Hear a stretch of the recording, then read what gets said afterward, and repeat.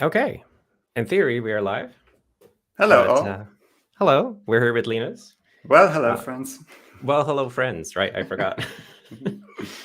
So, the usual custom is that we first have to wait for somebody to acknowledge that the stream is working because I'm slightly distrustful of it. But usually somebody comments like, hey, we can see you, we can hear you. Although it's taking a little moment today, so that's making me suspicious. Oh no, there's a Oh, comment. It's there we live. go. It's live. All right. All right. It's working. Cool. Yeah. So we are here with Linus, and we are going to talk about SerenityOS like we always do on Fridays. So pretty much the basic format, except Linus will be able to ask questions as well. And if nobody asks anything, we can just talk about anything, I guess. I mean, it's rare. It happens, but it's really rare that you run out of questions. So That's true. that's good. Yeah, it happened like twice or something, and I panicked a little bit.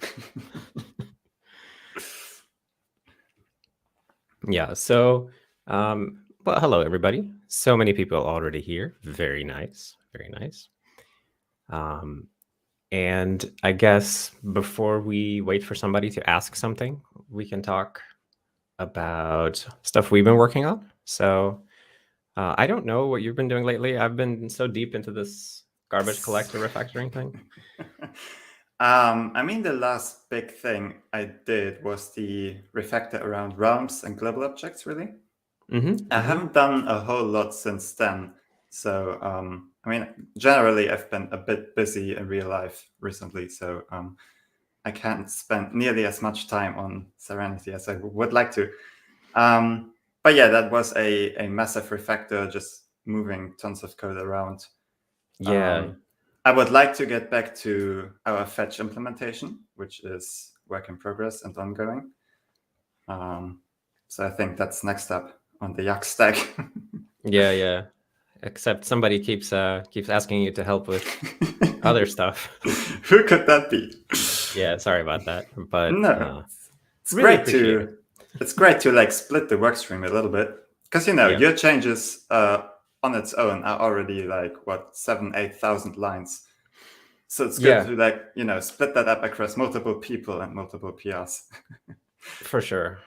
Yeah. And I guess I have talked about it, but if anybody's not familiar, the stuff I've been working on is just making the whole web engine garbage collected almost, or not the whole engine, but much of it. And it's just exposed a lot of architectural issues that we have. And Linus has been helping out with fixing a bunch of those. Although I guess now we have found some more, like the window object needs to manage its prototypes differently. But ignoring that. And the task queue. And the task queue. Anyways, now that we have babbled about this, some questions have come in. Right. Let me try this. Because Okay. so just to explain, I now have the ability to show comments, unlike last time where we still figured this out. So I can try to put something on the screen. Well, hello, friends. It's the wrong one. This one I wanted. Linus, what's your opinion of Sweden? Ever visited? Not Serenity related, but that has never been a demand. That is true. I've never been to Sweden, unfortunately. I would love to visit one day. So generally, I have a very good opinion about Sweden. Maybe it's a partial opinion only, because you see beautiful pictures of landscapes and old Astrid Lindgren movies. I don't know if anyone knows those. It just looks like a very nice place to be at, both for visiting and for living. So definitely on the list of countries I would like to visit one day. Yeah, it's a lot like Germany, but smaller and a bit more Nordic, I guess. But it's a good place. You can come here for the SerenityCon whenever we're Right. doing that. Yeah, We will, of course, do that in Sweden. obviously. Let's pick another one. Linus, what's the smallest/easiest change that you've made in the Serenity family that initially seemed like an extremely big task? That is a really good question. I don't have an answer right now. Maybe Andreas can think of something. Something that you've done? I I don't think so, know. yeah. I mean, initially I had a really hard time like figuring out how long something would take, because while I was still learning all that stuff, the task is only secondary and you still like have to figure out how the language works and stuff like that. But I feel like recently I've been decently good at like estimating this is going to take me a day, an hour, a week, or whatever, you know? Yeah, for sure. Yeah, maybe we can get back to that later. I don't have an answer right now. Sure. I guess one thing that happens to everybody, though, is that you start doing something and you spend some time on it, and then you show it to somebody else and they say, oh, well, this is just a one-line call to this API that we had 6 months ago. I mean, those changes are always the best when you imagine, like, you already think ahead. Now I have to implement this, this, and this. But already someone has done it like half a year ago, and you can just like call a function and that is that, which is always nice. That is awesome. Yeah. I feel like that happens quite often in the web engine when you're working on that, because people sort of implement these random parts of the spec and they don't necessarily like add every client of API. So you often find yourself like, oh, I need to implement this functionality, but it already exists. It's just only has one other client and you can just add yourself. Yeah. Very grateful for that, by the way, because I'm always running into stuff that you added or Luke added or somebody added. Yeah, so once you fill the gaps, many things just fall into place, which is always great to see. Yeah, but I think to the question, like everything is going to seem big initially. So Yes. it doesn't really matter where you start. Yes. And then over time, you will realize, oh, these are actually quite simple tasks. Of course, it is possible to pick a huge task accidentally, but yeah, no specific answer, unfortunately. Let's pick another from Checha again. Also, Linus is stuck in a nondescript room, and Andreas seems to be stuck in SerenityOS and/or / the Matrix. Certainly. Well, yes, I'm not a massive fan of like putting posters or pictures on the wall. Hence, I get that comment every now and then when I'm on a video call with people. It's just not really my thing, so I prefer this. So how is your setup? Do you have a green screen now, or? Yeah, I do. I picked one up a while ago. So here is what I really look like. It is very green in here, but I don't have many exciting backgrounds. I have this, and I also have this, which is JT's living room, I think. Okay. So I just got a picture of that, so it could look like we were matching. I should get a picture of your room, and I can set that up. Maybe JT and I have a similar style of room decoration. It does look like it, actually. It matches quite nicely. All right. So let me pick a question. So here, Tommy asks, is there something fundamental that should be implemented but has been put off because it's complexity besides hardware compatibility?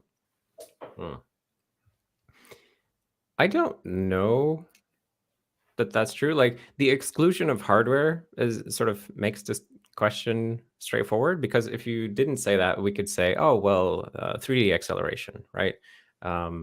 There's just a huge stack of stuff that we need to do to get hardware GPU acceleration.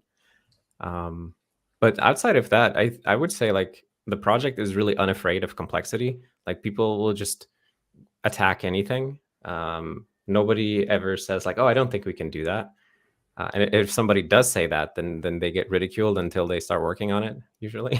Yeah. So, which is, I would say, a very pleasant environment, right? Because we've started on some things that other people probably wouldn't. All of them in parallel, and it's actually going okay. Yeah, a great example from the past I can think of is, at least in libjs, the regex engine. Because for quite a long time, we just didn't have regexes, and no one really seemed like super keen on starting that. And you may know, at the same time, we couldn't just pull in an existing library for that. So it just didn't happen. Like, engine existed, but no regex. That's just how it was. Until one day, Ali as he does, just went ahead and wrote libregex. And Yeah, that was sure. that. So someone usually just needs to go and make the big first step. And that's it. That's usually how these things work. Yeah, and I think it's very, like, there's a big psychological barrier always, and you just need somebody to push through that initial thing. Like, it doesn't need to be good or complete. It's nice if it is, but it doesn't have to be. And just to be that force that pushes through the initial inertia or whatever and gets started. It's lovely that we have people who do that, I think. And shout outs to Ali, because Ali also did that with our TLS implementation, by the way. Should mention, or at least was part of it. There was more of a group effort, I guess. Yeah. Continuing from that, Linus, regular expressions. Yes, I say regex. I probably should say regex. I don't know. What is the proper pronunciation? Regex. I don't know. What's wrong with regular expressions? I don't get it. Exactly. Next question. Linus, why are you standing instead of sitting? Because I have a standing desk, so that's a bit too tall for sitting at it, hence why I'm standing. I find it very comfortable. I find it, I've gotten used to it. We have like mixed standing sitting desks in the office, so I do that as well there. Yeah, it's just, I don't mind it. Yeah, standing. I don't really like sitting in a chair for too long, like when you do stuff for 4 or 5 hours, and you just end up sitting in a chair for 5 hours. That's not really a huge fan of that. I love it. So good in the chair. All right. And then Ali is asking, what blue screen when? I don't know. You know what? I could probably simulate a blue screen right now, but I think it would be underwhelming. Also, what actually is like the functional difference in terms of colors with green screens and blue screens? I have really no idea. I don't know, but suddenly, I don't know, like a few decades ago by now, people just switched from blue to green. So I guess it's better. I'm sure that somebody who knows all the specifics can write a wall of text about the difference. Please do. Please do. Is Linus here? I feel like Linus would know. All right. So, we have a new member. Thank you very much for joining the Yak Herd. Enjoy your cool golden emotes. I recently added some new emotes, by the way, so you can also, I forget which ones, but some of the Discord ones. Thank you very much for that. Let's see. So, a Yacht question asking about the plan for the Yacht rewrite of Serenity. I am forced to inform you that there is no plan. We're just going to take it day by day and see what happens, just like we do with everything else in Serenity. Ali says regex was also a group effort technically. I continued someone's work. Sorry, can't remember the name. Okay, yeah. I also forget who did the original implementation, but thank you to them for starting it. So I guess it wasn't just Ali. Even though we love Ali, but we love it. but he doesn't do everything. I probably misremembered that, but Ali does a whole lot. So yeah. Let's see. David says, I think it depends on what foreground you want to separate from the background. I guess in reference to the blue screen, green screen. I mean, yes, if you have a green person sitting in front of a green screen, that doesn't really work. True, yeah. Or like greenish objects in the room that would suddenly disappear. Yeah, I guess there's an explanation for this, but now we're veering like far off topic.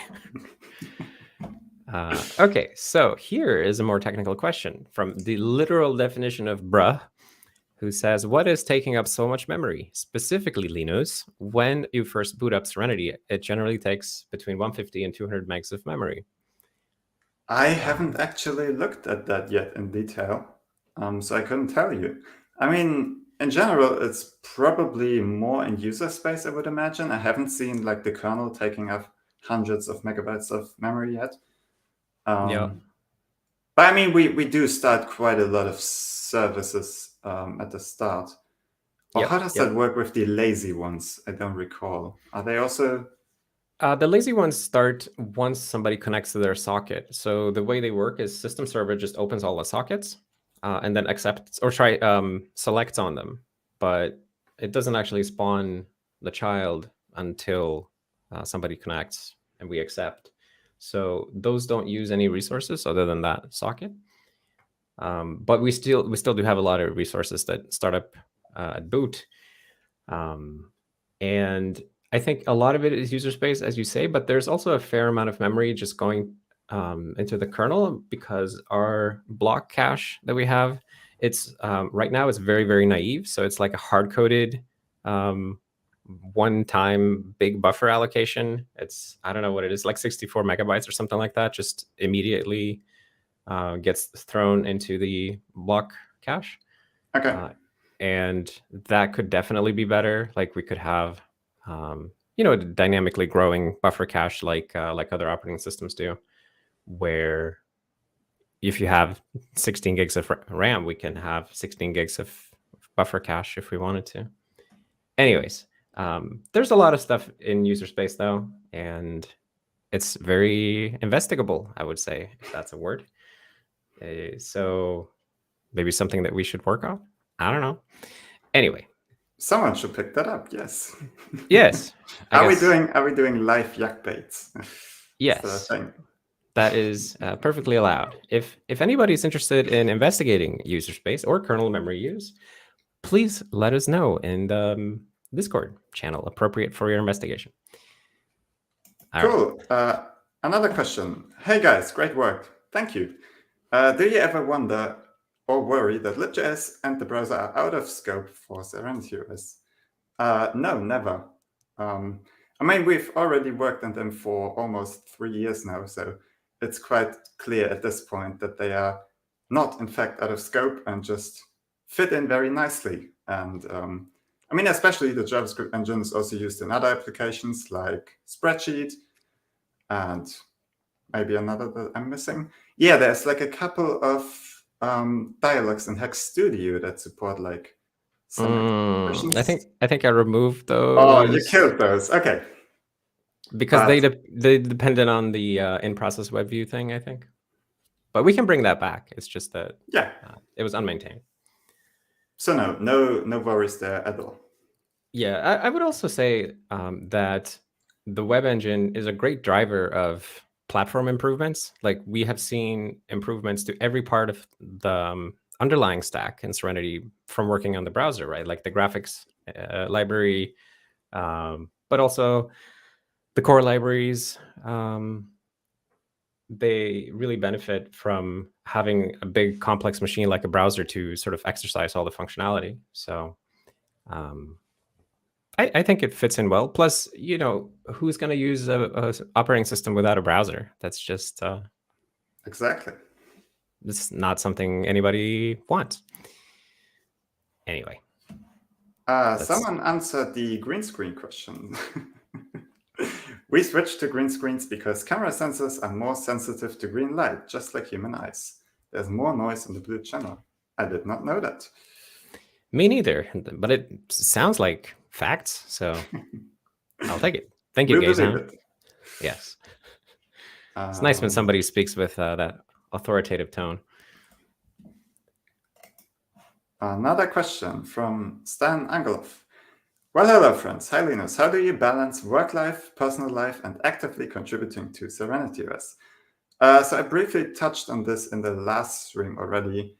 One thing I do is like stack code reviews. So even just when I'm normally going through my day and like doing code reviews at work, and I see there's also a SerenityOS PR that I would review, I do that as well then, because I find it much easier to not just context switch all the time and like do a PR review now and then one an hour later and then one another hour later. So I like to do that like in a batch, which already saves quite a bit of time because you don't have to get back into like code review mode if you want.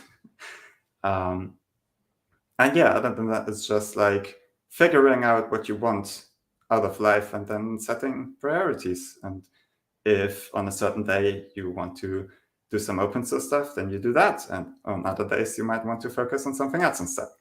And so it's just really knowing what you want and planning life accordingly.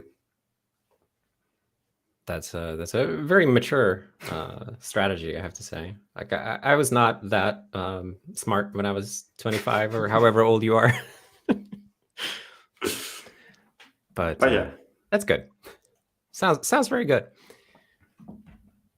Let's see.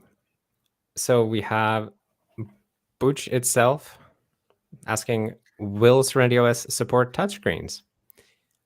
Well, we all know the answer. We all know the answer. It's when someone goes and adds touchscreen support. There you go. Yes, if somebody adds touchscreen support, then we will have touchscreen support. Until then, we will not have it. So one thing I would note is that the UI would probably not be focused on a pure touchscreen device. So like a tablet or something, that's not really what we're aiming for. But there are laptops who have like a regular touchpad and then a touchscreen on top of that, which should be perfectly fine to support. So yeah. Yeah, definitely. Like hybrid devices seems like it could be a good target, and being able to do, stuff like kinetic scrolling and stuff like that, gestures. Absolutely would be a cool thing to see, but nobody's working on it. But maybe you will, Butch itself. Let's see. Aaron Clark says, hi, Andreas and Linus. How's it going? Let's start with that. How's it going, Linus? It's going good. I have a day off today, long weekend. I'm excited to be back on the stream. It's great. Great. Good to have you here. So going well here as well, by the way. So Aaron asks, if I recall correctly, in a prior video, you mentioned a tool for distributed builds. Can you share the tool name? So I've been using this tool called Ice Cream, and it's something that we used at Nokia when I worked there on the Qt project. So I was like familiar with using that, but other people also like distcc. But I particularly enjoy Ice Cream because it's very easy to set up multiple tool chains. So if you have like a bunch of different compilers like we do for Serenity, then Ice Cream makes it relatively easy to create sort of isolated tool chains for them and distributing the tool chains throughout your compile cluster, which, at least in my understanding, is a bit harder to do with distcc. And I don't know, Linus, do you use any distributed compilation? I mean, I haven't tried any of them yet. A little while ago, I was very interested in trying them. I mean, the machines I have, they are not super slow, but you can always go faster. So I definitely would be interested in like somehow figuring out if we can have like a sort of shared build server for contributors. I personally like the idea of that. Because there are other people who have worse machines than we do, and then either people with better machines or like a central server somewhere could like help them out with that. And so everyone sort of gets on the same level, and it's a nice thing, yeah. Yeah, I mean, in theory, it's very nice, but then latency factors in. So you have to be able to like upload and download the resources. And I will say that like resource size makes a big difference. Even in my local network, when I use Ice Cream here between my machines, like in an Ethernet network, it still gets pretty bad if I have debugging symbols turned on, like too much debugging symbols, because then it has to send like these 10 megabyte object files back and forth between the machines all the time. And it just, I don't know, you gain less from it. But if you compile with small object files, then it's just really, really good. And I think that could work well with something on the internet as well, as you're suggesting. But it's one of those things that like somebody has to set it up and pay for it. And then there's the question of like, who do you let use it? How do you prevent abuse? Because essentially you're allowing people to run arbitrary code. But if we can solve all those questions, then it's definitely something we could do.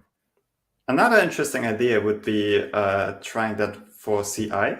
You know, CI is not the fastest build in the world, so if we can't get like actual faster CI machines on GitHub Actions, maybe we can circumvent that by pointing the compiler to somewhere else. Mm. I don't know. Yeah, sure, maybe. Or we could turn the CI into the compile server. That might be a terms of service violation. Next question before this gets out of hand.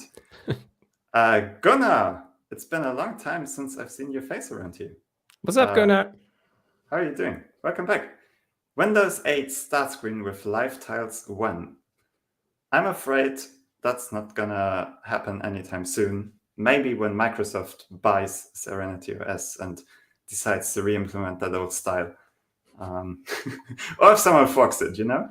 You're always free to fork the user interface and do your own thing. Yeah. I feel like it's very important to remember that there's literally nothing stopping people from doing it, and yet they don't. So I'd like to imagine that means that it's just not really worth it for the meme. So we got Chance saying, with such a large project with hundreds of people working on it, how do you make sure that the original design philosophy of the project is kept intact? That's a good question. In some ways, the original design philosophy is not intact because it has evolved, right? I think if you look at where I started with the project, it would be silly to try to hold on to that initial design philosophy because it was just, oh, I'm just going to have fun with these little things and see what I can do, right? Obviously, we have to evolve beyond that if we want to scale to hundreds of people. But at the same time, I think the core of that is still there. You know, it's just evolved, and now it's become, we're just going to have fun with this and see what we can achieve, right? But it's been a process. Like, for the longest time, I was the only person who could merge code, for example, or review code. But it eventually became clear that I can't scale infinitely. So I had to ask Linus for help, and then a couple of more people. And I think the project just evolves organically. And that's one of our great strengths, that we don't try to plan, as you would call it, what our evolution should be, but instead we sort of just read the situation on any given day and react to it in the way that seems best.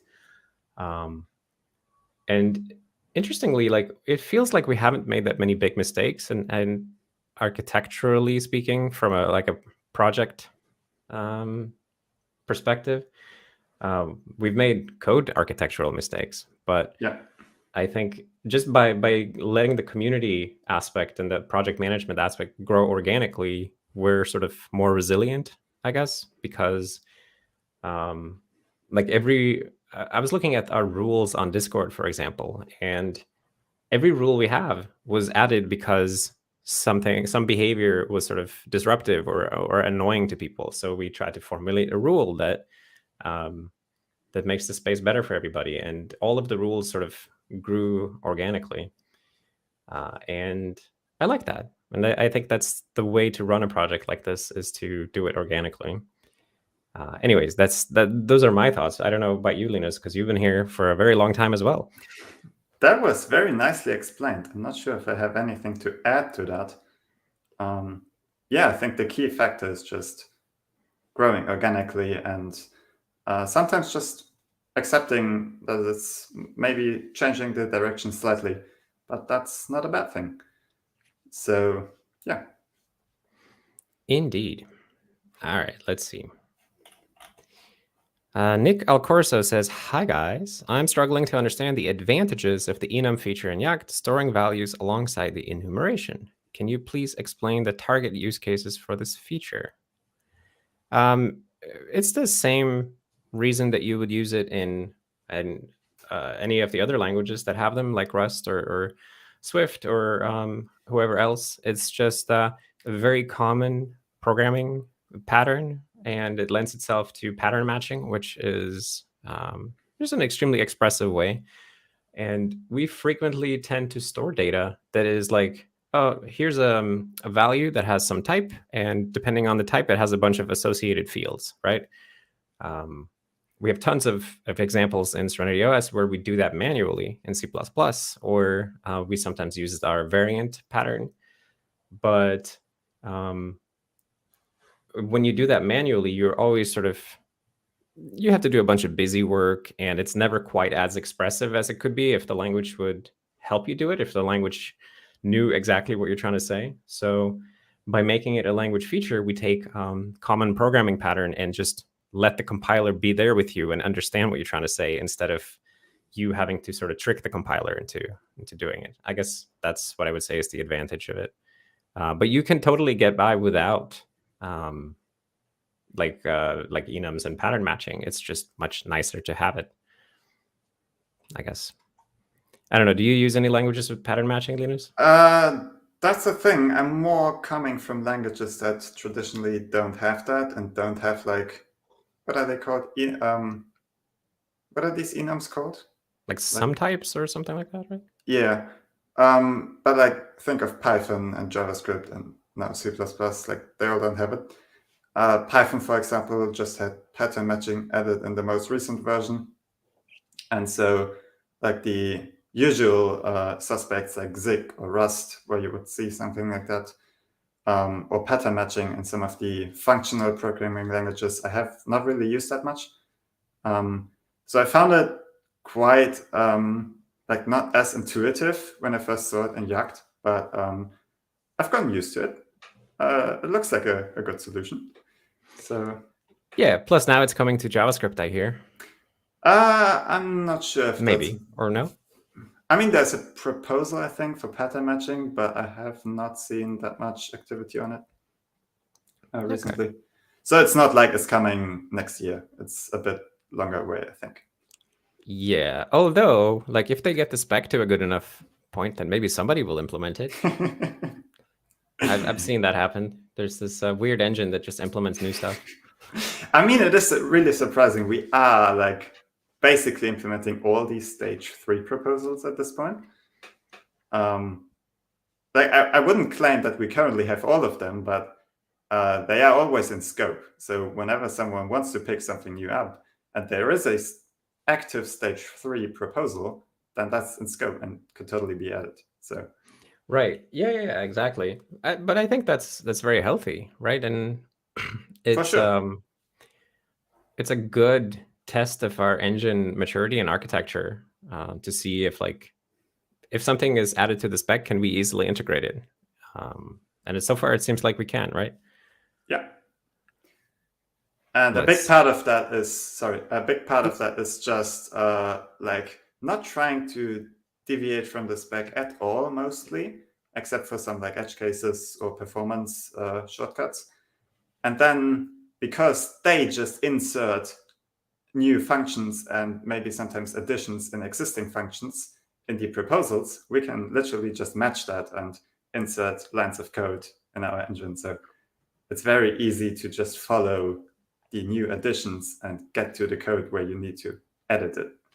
And I love that. Yeah. It's great. Yeah, I think the design of our engine is slightly underrated. Like the way that it's so close to spec, it's amazing, I think. And whenever you look at any other engine, you always feel like, why don't they just stay close to the spec? Like it would be so much easier to understand. But of course, if they did, then they would just look like us. That's true. So let's see. Here is Roman asking, hi guys, I'm wondering how the organization in the Serenity project looks like. Is it really necessary to organize something? Is it divided into teams, or does each collaborator do their part as one? I would say it's pretty much unorganized as far as what you work on, when you do it, who you do it with, all of that stuff. The choke point where things do get organized is the pull request queue. So eventually somebody has to like approve and merge your changes. But up to that point, people are really just roaming around working on whatever they're interested in. And this is exactly what we want, or at least what I want, just for people to have fun and find the areas that they naturally want to work on. In fact, I usually never tell anybody what to do, except sometimes when Linus just kind of offers to do something, then I will say, yeah. But at least in the last 4 years, like, I don't think I've told anybody to do anything directly other than like, can you please fix this thing that you broke, right? Yeah, I mean, that's sort of somewhat expected that you, like, if your pull request has a bug and then it's noticed like an hour later, Yeah. you should go. Of course, we're not gonna like email people from 2 years ago who once contributed a few patches just because we found a bug that was from back then. Like, that's not what we do. But No. yeah, I would agree with that. And I mean, that sort of structure just creates informal teams after a while. You know, you get like the same group of people working on things. Like, sometimes they overlap and don't work on one thing exclusively, but you know, you would know a certain set of people if I just mentioned libgl, for example. Like, it's just a couple of people who very regularly work on that, and they sort of like build a team, they talk to each other, but it's not like you are assigned to the libgl team and now you go work on libgl. That's not how it works. Yeah. And I think that sort of free-form, flexible structure has this other benefit that it's much easier to join sort of a team, right? Because there is no boundary between people on the team, people not on the team. So if you want to work on something, great. Now you're basically on the team for as long as you're working on it. And at least I wouldn't say everybody roams between teams, but a lot of people do. And I'd like to believe that if we had more rigid team structures, then people would do less of that. So Yeah. I think it's a benefit. I know, like, every job I ever worked, it was very difficult to like convince another team to do anything. Even if I would offer to do the work myself, it would still like you have to gain their trust and convince them, and like whatever I change, they have to maintain and all of that stuff. So it's like the whole negotiation, and we don't have any of that because if you work on Serenity, you can work on anything. Nobody's going to tell you, hey, you can't work on this. And I was reading this weird old documentation from the Linux kernel project the other day, and it was weird how rude it was. I thought, like, it was explaining like how some locking part of the kernel worked, and then in one of the pages it said like, and if you don't understand how these things work, then I don't want you to touch my frickin' code or something like that. Yeah. And it's just such a weird attitude, and we don't have any of that. No, it's a very, very friendly community and like very natural commenting style. Like, you wouldn't be allowed to like put things like that into like technical documentation, for example. Right. Yeah, we wouldn't put that because that just creates an unpleasant atmosphere. Yeah. Right. So, but you go ahead. Pick a question. I was just looking at the sidebar here.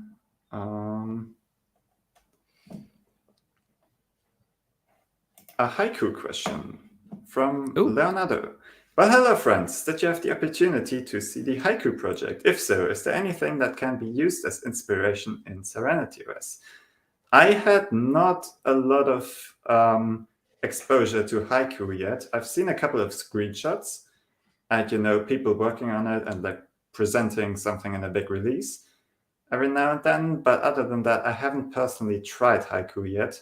So I can't really tell if there's anything that could be used as inspiration. How about you? I've tried it a couple of times and I've watched videos about it. I also tried building it a couple of times from from their version control system, but I somehow never succeeded. So I always had to use a nightly image or whatever. And I think it's a cool system. It just happens to sort of build on a paradigm that I don't have any sort of longing feelings for. I don't have this emotional attachment to this particular, I don't know, aesthetic, I guess. It's just alien to me, but it looks good. And I'm sure I would have loved it if I had it when I was 18. But now it kind of just feels like, oh, it's just this random thing that I don't know where to place exactly in my head. But like, I know that they have a ton of interesting and great features. And I'm sure that this is basically true of any system, but like if you spend enough time with the system and explore and experiment, then you're going to find stuff that we can steal. But for Serenity, we're kind of relying on everybody to do that. So it's not like, oh, I have to try Haiku and find something to steal. You can do that too. Anybody can. If they know of something that's great in Haiku that we could do as well, and that fits our system style, then you can do it. I guess that's what I would say.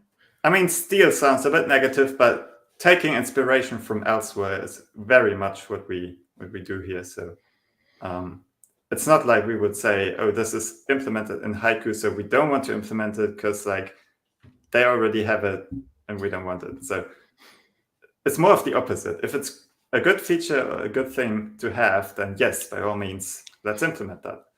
Sure. Yeah. I don't know. I don't know if steal has a negative connotation. You know, as I famously said, great artists steal. So that's fair. Okay. Let's see. Let's pick up another question.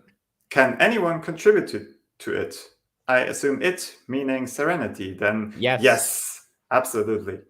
As long as you have some sort of C++ knowledge or know how to draw pixel icons or know how to write documentation, man pages, things like these are all welcome by whoever wants to spend their time and effort doing them. So yeah, just start somewhere, ask on the Discord server if you are not sure what's currently sort of needed. We will usually tell you to just try it out for a bit and find a bug and then fix that. There are some issues tagged like good first issue on the issue tracker. So those are always a good start as well. And just go from there.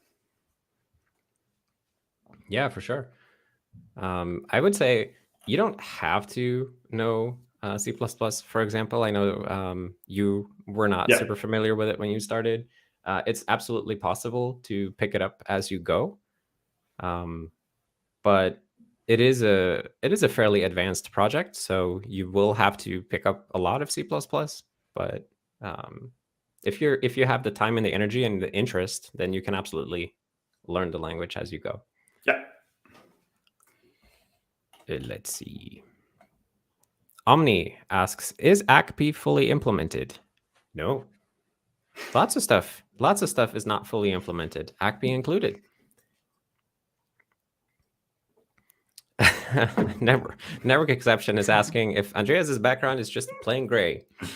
I would be a bit concerned if JT's living room is just this particular color everywhere. So it is. I just asked JT to get out of the frame and took a screenshot, and that is my background. If maybe JT was using a green screen this whole time and just putting that color. If so, I have been fooled. And now we all look silly, but it's seriously a screenshot of JT's living room. Let's see. Stolas was asking, is there a list of kernel things that need to be done based on complexity? We don't have a list based on complexity, and we also don't have a list at all. So the list of things to be done is like everything else in SerenityOS. There are sometimes bugs on the issue tracker on GitHub, but for the most part, everything just kind of comes about from the people working on it, deciding what to do. So there's a million things you could do in the kernel, but I guess I don't know why exactly. We just tend to not write down this big to-do lists or write out these issues. I think part of that comes from our culture that we don't like to just spam ideas at other people. Yeah. But instead, we want people to work on the ideas that they have. So we have kind of a system in place that discourages people from just writing down what they think should be done. And a side effect of that, I guess, is that there is no list of things that would be good to do, because I think if you make a list like that, there's no quality control, and there's no real, you can never be really certain that whoever put that thing there is like gonna put some effort behind it.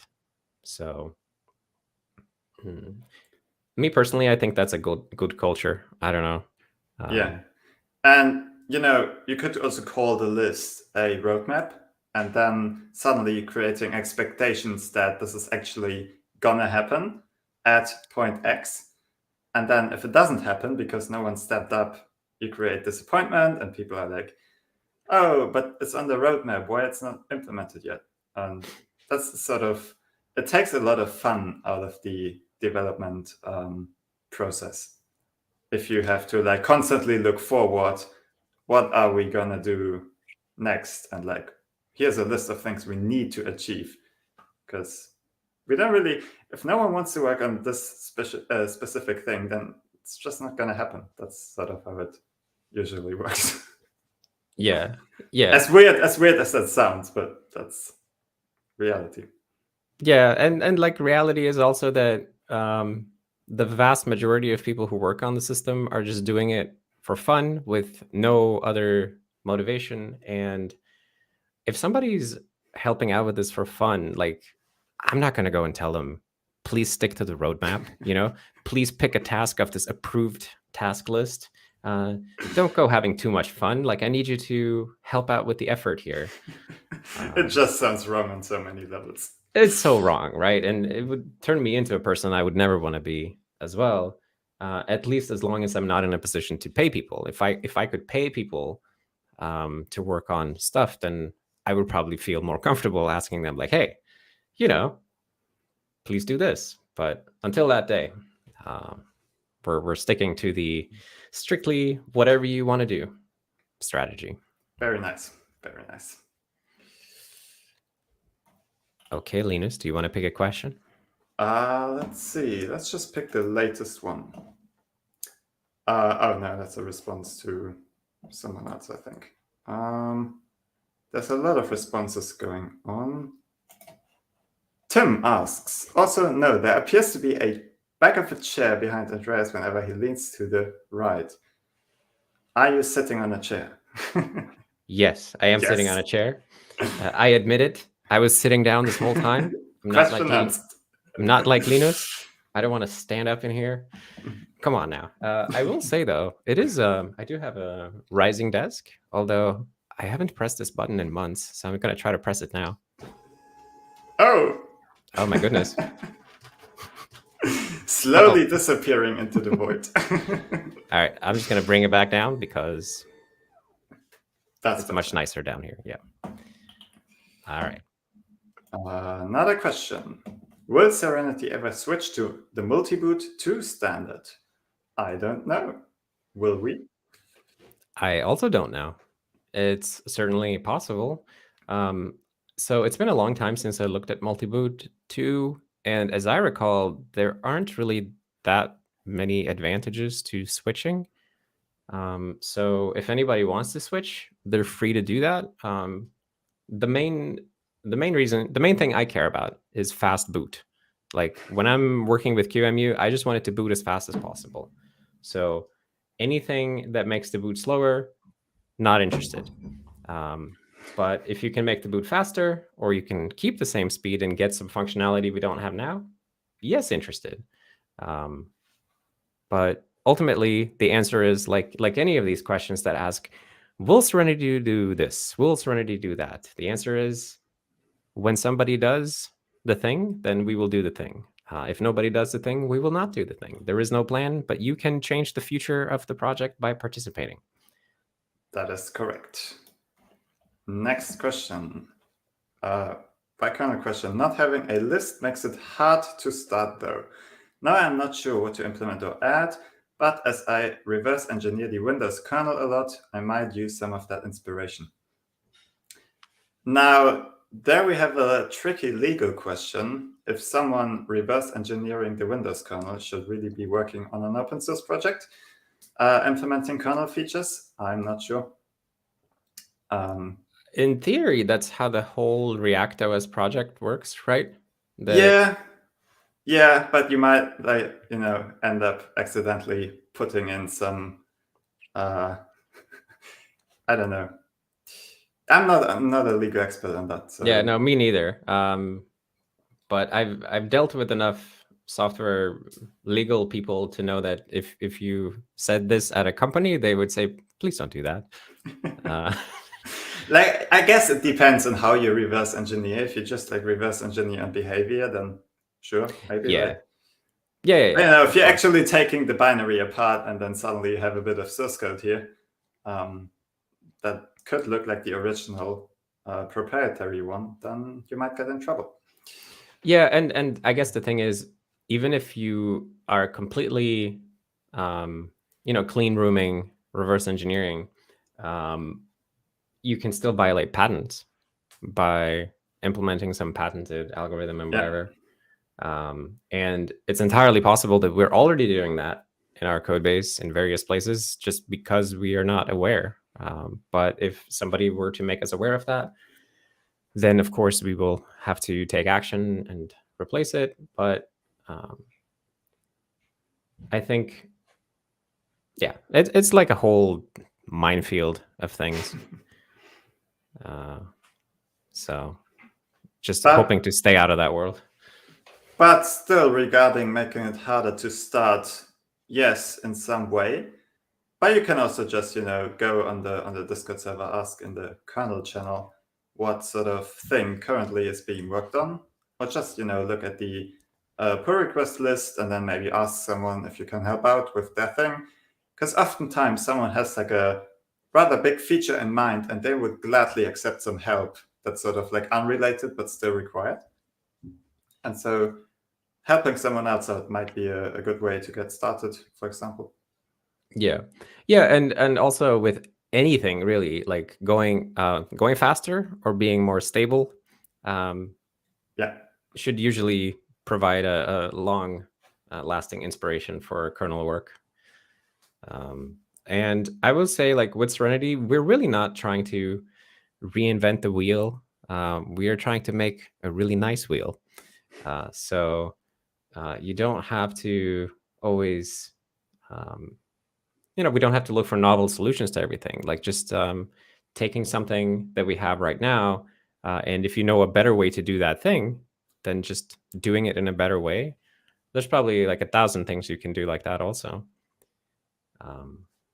Anyway, like Linus says, the best thing to do always, if you're interested in contributing or participating, is to join the community on Discord and talk to people and find out what's going on. Yeah. Let's see, another question. What's the most satisfying code shrink you did recently? From Sophia. That's a very interesting question. I feel like for me, it's going back to the, I mentioned this 2 or 3 times already, but like the global object / RAM refactor, because global object went from like in the span of 2 weeks or so, the single most important object in the whole JavaScript engine to an absolute nobody. So now chances are that you are never going to need a global object anywhere. And the file itself shrank from like owning a whole lot of stuff like intrinsics, the console, various other private internal engine things, to just like being a plain regular object that has a few properties, global functions and stuff. And that was great to see. Very satisfying. Yeah, mine actually is sort of follows from your work. So in the big garbage collection refactoring I'm doing right now, I'm removing all of the C++ wrapper objects that we have, or JavaScript wrapper objects in libweb, which means that we end up with, I think, you know how CMake, when you're building, it tells you like how many files you have to build. It's like 5K for libweb, something like that.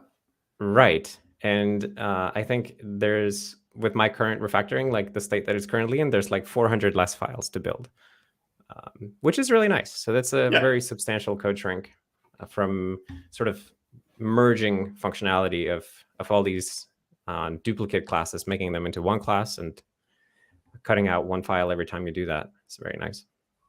Yeah, and should also reduce the library size in the end, because, you know, I mean, we build with debug symbols enabled, but libweb is pretty massive. So, and usually we're adding stuff, you know, because we're in the progress of building a web engine, and like we rarely delete stuff. So it's good to like get that size down a little bit.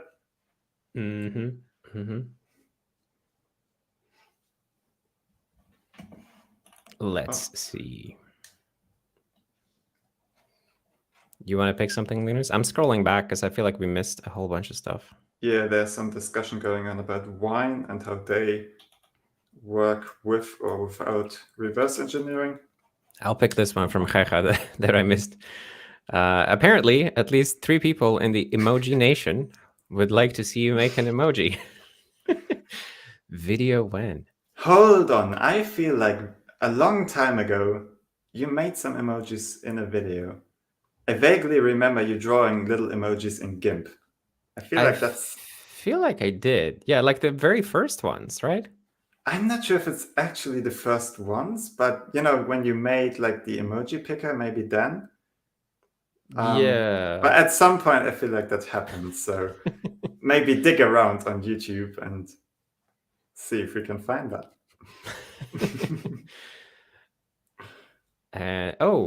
Here's a question from Tommy. Both of you, how often do you think, ooh, that is a cool feature, but then scrap it? I mean, for me, I work a lot on like already on stuff that already has a specification.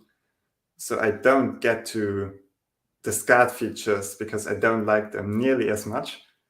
You know, we would all prefer that some of the old web APIs would just disappear, and we'd rather not implement them, but reality tells us something different, which is that there are websites out there from 20 years ago that use this API, have a lot of users, and will never get updated. So we'll just deal with it. Yeah. You're in a weird position for this question, I guess, because as you say, you're just implementing stuff that's in specifications for the most part. I personally, like, I don't think I very often think something is cool, but then scrap it. If I think something is cool, I will usually try to pursue it until it is good enough. I often think that something is not a cool feature, so I don't do the thing. Yeah, it's a bit hard to find stuff like that in a project that is done for fun and to make cool stuff, you know. There was one thing I saw in the pull request queue a while ago. Somebody was adding vertical tabs, which I think it's just one of those things that you have in old Windows apps. Like they have vertical apps with the text sort of rotated 90 degrees. And I just think that's not a very good UI control, because it's really hard to read the text when it's rotated. And just because you could doesn't mean you should, right? And if you look at like every other system other than maybe Windows and possibly KDE, I don't think anybody does 90-degree rotated text. So that was like a rare instance of me saying like, look, let's not do this. Come on. That's a great example though. Yeah. And it's nothing against the person who implemented it. Like they did a nice job of it and everything. It's just that I think sometimes you just need to look at a feature and ask yourself, like, is this really a good feature? You know? but it doesn't come up that often. So we are blessed with a mostly excellent stream of additions, which is great, but also means that the project tends to grow more than it shrinks. Yeah, for sure. Let's pick another question here. How big of an effort would be support for vector fonts? As much as I miss the 90s, I don't miss the fonts. You will be surprised to hear that we already support vector fonts and have been for at least a year, maybe longer. So there's support for regular TTF fonts and probably some other formats that I'm not aware of. Yeah, we also support web fonts, so WAFs. All right, yeah, but I think that's just like a compressed TTF or something.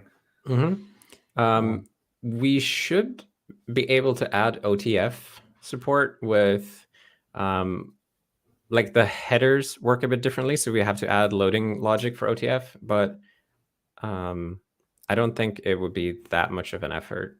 It's just that it's rare that you have an OTF and you don't also have like a TTF right next to it. So yeah.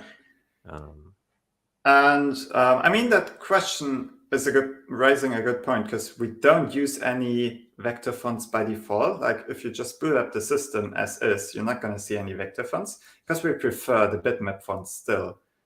Yeah, I mean, let's be clear. We love the bitmap fonts, but also nobody made a vector font for the system other than a testing one. A testing one, yeah. Serenity Sans. Yes. Is a valiant effort, but perhaps not quite ready to be the default UI font. But I have in the past tested the system with like a global vector font as the default font, and it works. It just works. Yeah. I think there are some issues, like it ends up like at a stupid vertical alignment sometimes, and sometimes, yeah, which might be, not reading some metadata of the font or whatever. Yeah. Right. It's not as polished as the bitmap fonts, but it's yet another one of those things where somebody just needs to make it their mission to make this part of the system really good, and it just happens that most people enjoy the bitmap fonts or don't care. Me personally, I love the bitmap fonts, so yeah. Otherwise I would just work on the vector stuff, but I just don't care to use them that much. That said, it is nice. In the past, I thought I would be against this, but like it is really nice when you browse to a website that has custom fonts and it just works, right? Yeah, that's increasingly happening today. So in the past, you would often have like, modern web design sometimes likes to use massive fonts for like a header or something. And we can only give you, or in the past, we could only give you like the next best font, which was like a 15 pixel bitmap font that looked tiny in comparison. So it often throws off the layout and like general feel of a website when we can't use the vector font. So it's good to like get the support, even just for the web engine. Yeah. And Sophia was asking, are variable fonts supported? Color fonts? So I think right now the rasterization algorithm is grayscale, as I recall. And there's a lot of stuff missing from the font rendering library. Like we don't do subpixel hinting, which would also increase our display fidelity quite a bit. It's just stuff to do, like everywhere else in the system. And if anybody wants to work on that, let us know. We'll help you get started. But I think the biggest architectural problem that I'm aware of in our font engine is the fact that it sort of just creates a map of all the glyphs, which means that for A, B, C, you cache a bitmap for A, B, and C. So you can't easily do stuff like ligatures. You can't do kerning or positioning very well, because in the end you're stuck like compositing a bunch of bitmaps next to each other. So if you want to have like fine tuning of glyph positioning, then our architecture makes that hard to do. So we really need to redesign it a little bit so that you can lay out all the glyphs next to each other and then render that and get everything neatly aligned. But I haven't touched that code in a while. Maybe it's time to pick that up again. Anyway. Let's see. How about this? Does Serenity have some sort of a scripting language? Sometimes something to fill the niche between a shell script and a C++/Yacht program. Would an additional language like this be welcome? I mean, we have a custom shell scripting language, which apparently is not what you mean. Next best thing is we have a JavaScript implementation, which I guess you could call a scripting language.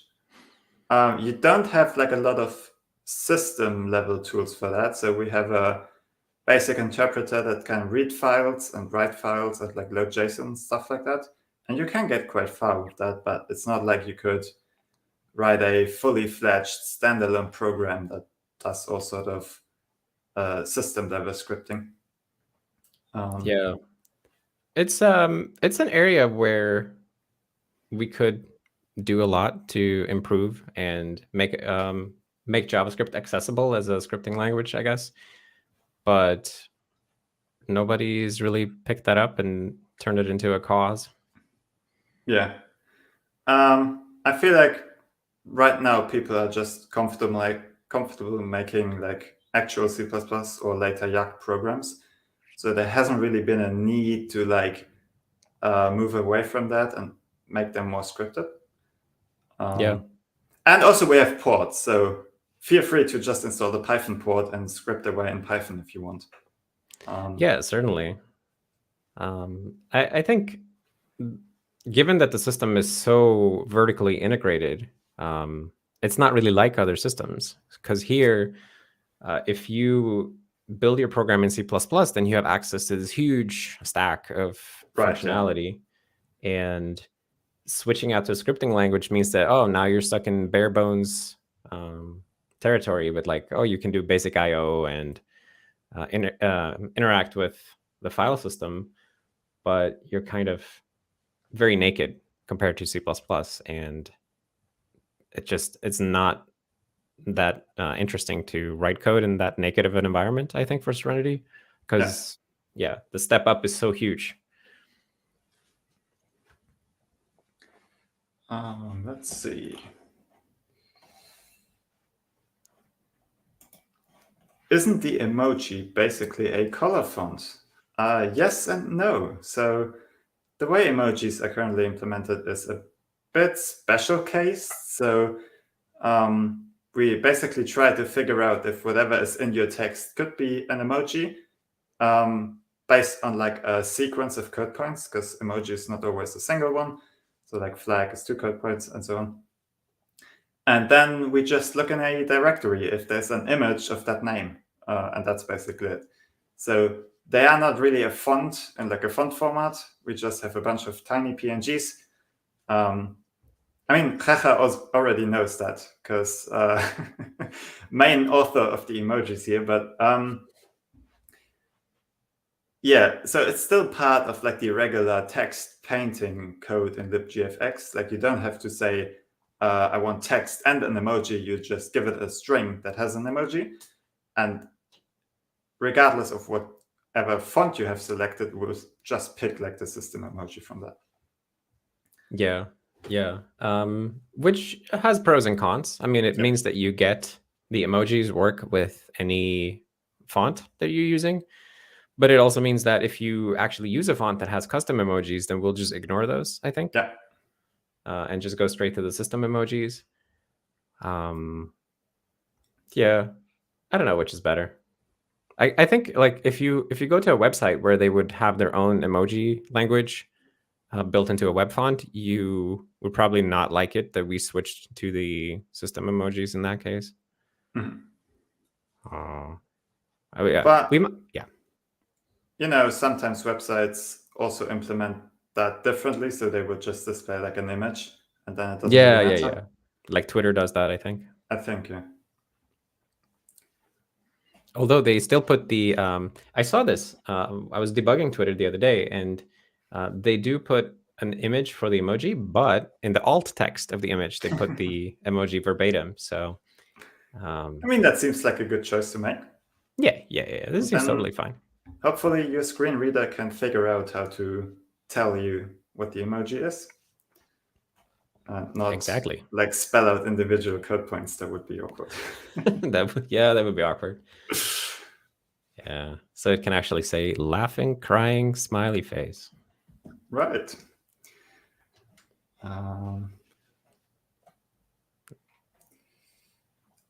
Let's see, what else is a good question? Do you do Agile at work, Linus? No. Okay.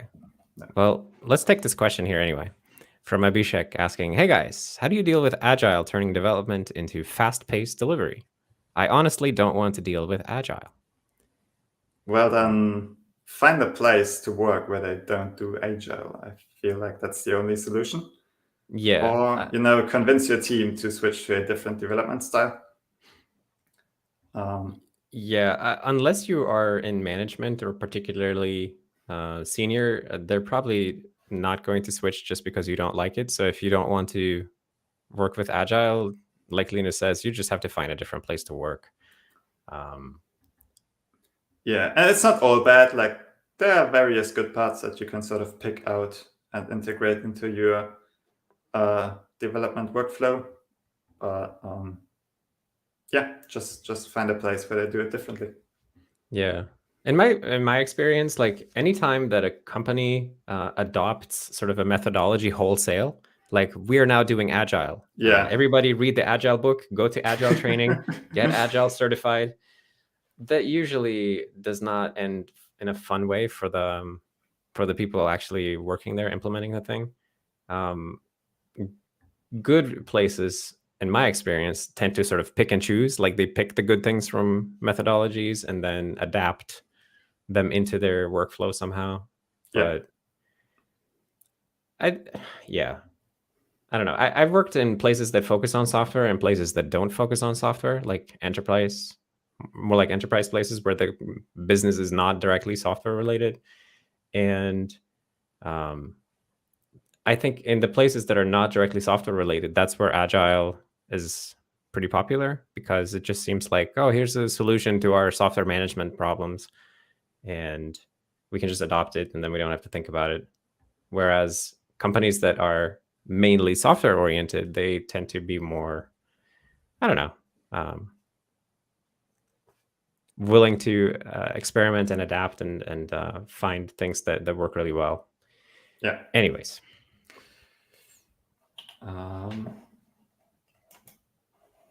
Jano asks, will you support .exe files?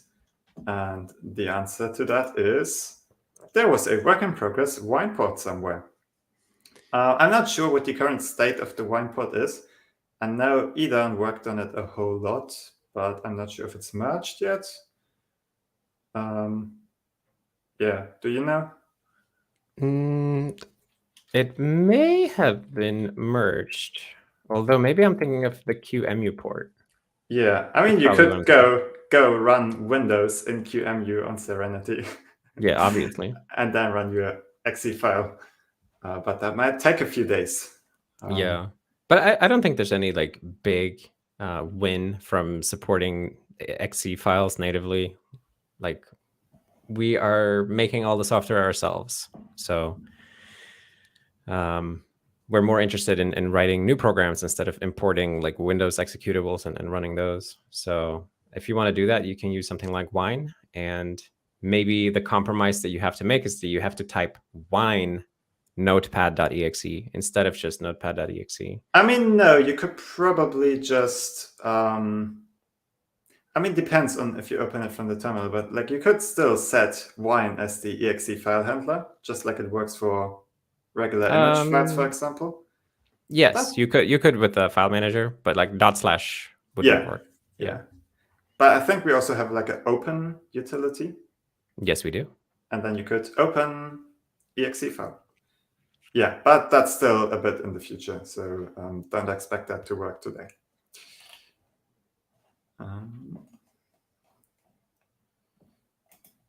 Will be cool if you can or can use the .NET framework.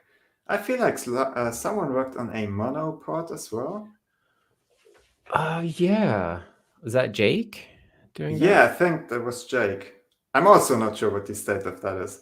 You know, with ports, it's always like someone works on it, someone has a demo, and then sometimes it just doesn't end up get merged because they maybe lose interest, or like the last 20% are not working yet. And yeah, it's very often the case when you're porting anything that like you do the first 80% and you get to the point where you can run it and get a screenshot and it's like, woo!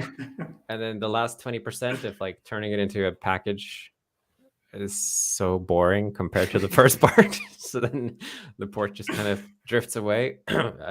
Never done that. And I think that may be what happened to many of our ports that we've seen in the past. But yes, it is something that has been worked on. I'm sure that if you find Jake, you can also find the mono port and revive it if you're interested. Yeah. Here's a question I like. I miss car talk. Yes, I also miss car talks. And in fact, a few weeks ago, I asked about car talks and if we can bring them back. That's true. The second part of the question or statement is, we could even have Linus car talk, to which I only can answer, I don't have a car, so that's going to be a bit difficult. And I'm probably not going to rent a car just to record a car talk. But yeah, maybe Andreas can get back into car talks. Yes, it's true. I did say I would do that, and then I just went and recorded 1,000 videos about pixel paint and stuff. So sorry about that. That's also something that needs to be done. So yeah, that's fair. Maybe we can fix a Linus car talk though. If you get a green screen, and I'll send you a photo of my car, we can hook something up. That would be hilarious to watch. Yeah. And network exception says public transport talk. To be honest, I don't feel comfortable going on public transport with a camera and recording stuff. Come on, don't be a wimp. You can just be like, well, hello, friends. It's also very noisy on public transport, so the audio is going to be a mess. You know. Excuses. Yes. All right. Milan with the super chat, donating to the Adopt a Yacht Fund. This is not for yaks like you thought last time. All right, fair enough. Apparently, I thought that last time. But just a symbolic support for Yak language development. Thank you, Milan, for the symbolic support for Yak language development. I really appreciate that. Let's see. Oh, see, now the brainstorming is going on here. So Linux bike talk. Talk? Linux bike talk. See, people spelling your name as Linux. Yeah, no, he corrected it in the next. Oh, he did. Yeah. I'm just ignoring that. Okay. Yeah, so I see the demand is here, so we'll definitely have to consider it. Taxi talk. Taxi talk. Train talk. Come on, Linus. There are so many options. Yes.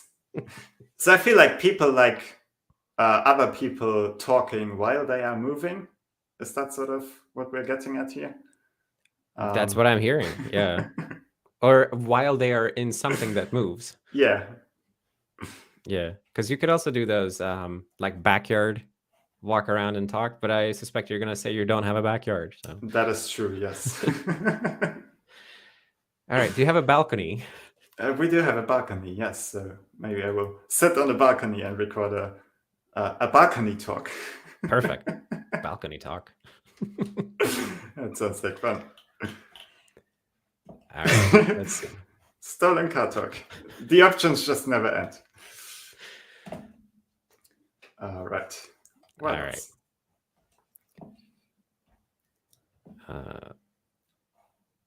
Yeah, no, it's just more questions or just more more stupid talk variants. All right. All right. Yes, we want Linus to talk.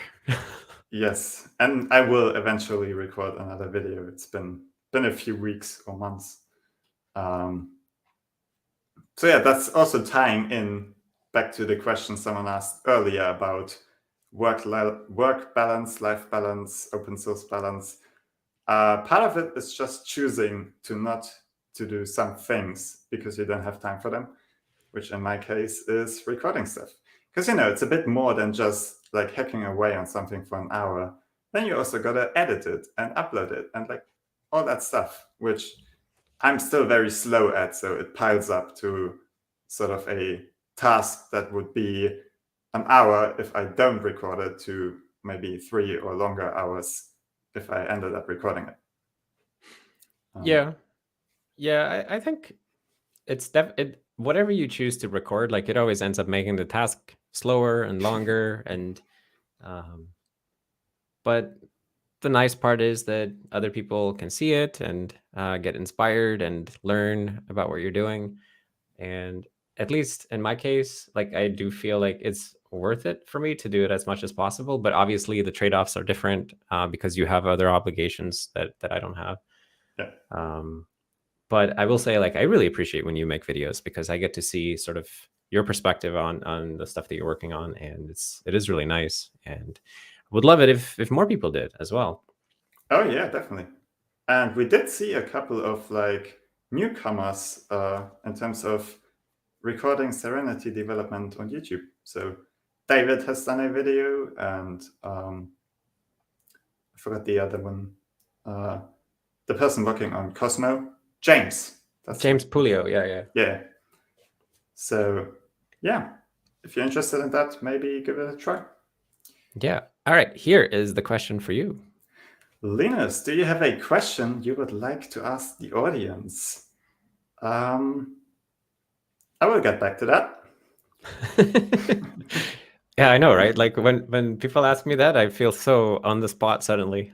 Like, yeah, and then you have to switch. All the questions are currently answered. I don't have any. All right, we'll just give you another question then. Linus, as a product designer and creative engineer, I'm not a product designer. Any good ideas for getting involved in SerenityOS in the web context from the top of your head? I think this person is a product designer and creative. Oh, sorry, got that wrong. Yeah, that makes sense. Creative engineer. I mean, a lot of it is not actually designing stuff. A lot of it is just like turning specs into code. What definitely would be nice is like making the browser a little more advanced, because it's still like a basic shell around a web view, basically. It has stuff like some debug menus and basic bookmark support. But for example, you can't have like folders as bookmarks, or that would be a nice option to see. And I mean, it's not like we do like mockups or like designs that don't turn into code straight away. So it's a bit hard to answer that question, but yeah. I guess I would say, like, you can just work on these things. You don't have to make mockups. You can implement them also. Ultimately, it is a programming project for programmers. And if you don't feel like a programmer, that doesn't mean that you can't become one by hacking on whatever feature you would like to see. And as Linus says, there's a lot of UI stuff missing in browser to make it more fully featured thing. History is another thing. Like, we don't have a way to navigate history meaningfully other than the back forward buttons. Like being able to, see all of your visited pages and when was I there, stuff like that. But now, speaking of designs that haven't actually turned into reality, I saw something very interesting the other day where someone put a upwards button on a browser. So instead of only getting backwards and forwards, you also get an upwards button to like exit the current history like queue. I don't know what it's called. So like sometimes websites just push to the history stack and don't let you go back, and having like a dedicated button to, okay, let's just get out of here and go to like the previous website, and this old website can't mess with that. That would be awesome. I would really like that option. So it's sort of like almost like a double backwards where you go to the previous site rather than the previous essentially, except page. double backwards is not really intuitive, and like you just Yeah, it's a bit like previous album instead of previous song. Is I that what guess you're so. getting Yeah, at? yeah. That's sort of what I'm getting at. Okay. So maybe it is possible to make up ideas without actually implementing them yet. I guess. But yeah, like really, the answer is that if you mess around with the browser, you'll find something that you'll want to do, and then you can start working on that. Yeah. Here's a good question from Majzo. Is there a place for a project manager in an open source project? That very much depends on the project. Some companies do products that are open source, and they might have like a project or product manager. It also ties back into having a roadmap, because that's sort of a lot of what a project or product manager does. Like planning ahead a little bit and like preparing things to be worked on. So for us, no, we don't have a need for that, but it's definitely a possibility. Yeah. Essentially, everyone is their own project manager instead. And it works.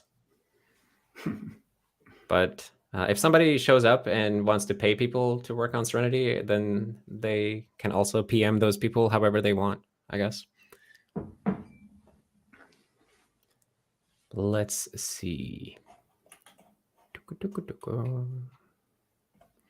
Oh, Idan was saying that a lot of work has gone into getting the wine port to its current state, which I'm not sure what the current state is, but apparently a lot of work went into getting it there. Currently stuck on missing dynamic linker features. All right. And Tim says, I've been procrastinating implementing XZ support because of, this would be really great for making it a video series in parts, and I never got around to it. That is so relatable, yes. Putting off features or stuff you just want to get working because it could one day make a great video or video series. I know exactly what that means, yeah. Yeah. Sophia was asking, were there parts of the browser that proved unexpectedly useful in the wider SerenityOS world? Well, I don't know about parts of the browser. Like one thing that I spoke to somebody just yesterday about was now that we're getting nicer and nicer gradients, CSS gradients support in the browser, it would be cool to sort of hoist that feature and turn it into a libgfx abstraction instead. Because having cool gradients seems like something that would be useful in pixel paint and other contexts, right? And I'm sure that there are other examples of things that got hoisted. I just don't think about them immediately. I mean, stuff like the font rendering, for example. Oh, yeah, absolutely. And I mean, in general, a lot of it is just battle testing general features in the browser. So, networking had, I'm sure, a whole bunch of improvements just because we noticed, oh, this website is so slow. Why is that? Because TCP stack. And then, improving the TCP stack in the kernel will obviously help every other application does network. Yeah. And same for IPC. So like getting the IPC architecture fleshed out, improved, that helps the browser because it heavily relies on that because it's a separate process talking to the browser window. But there's more IPC than just the browser. And so you often end up maybe involuntarily improving something else. Just by working on the browser, which is pretty nice. Yeah, and I think we get a lot of sort of invisible synergy, or maybe not invisible, but like almost unintentional synergy from having everything in one stack. And the browser is fairly high up in the stack, so the real synergistic improvements tend to come when you're like doing work on the supporting libraries. So if you work on the kernel, you work on libcore, libgraphics, and so on. But basically anything you do in Serenity, unless you're at the Leaf library or Leaf application in the hierarchy, tends to benefit many other parts at the same time. I think just today I saw there was some discussion about like number parsing in JSON. David was working on that, like found some edge case saying like, oh, we should support this scientific notation numbers, I guess, in JSON parsing. And that will benefit the whole system because the JSON parser is shared across everything, right? And that sort of thing is really nice because it's essentially a bug fix driven by somebody's motivated by the JavaScript engine, but it ends up benefiting the whole system by improving its JSON parsing capabilities. Yeah, great example. Oh, this is a good question.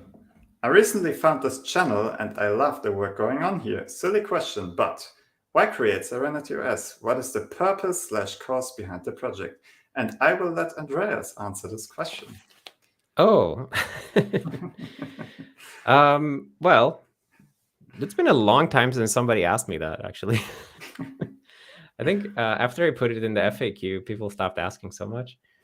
But basically, the whole purpose behind the project for me originally was just to have something to do with my time. I went to a drug addiction rehab in 2018, and then I came out of there with a whole lot of time every day and nothing to do with it. So I just started hacking on code, which eventually turned into this. And it was really just like a personal therapy thing originally. And then over time, people found it and they were like, hey, I want to work on that. That looks like fun.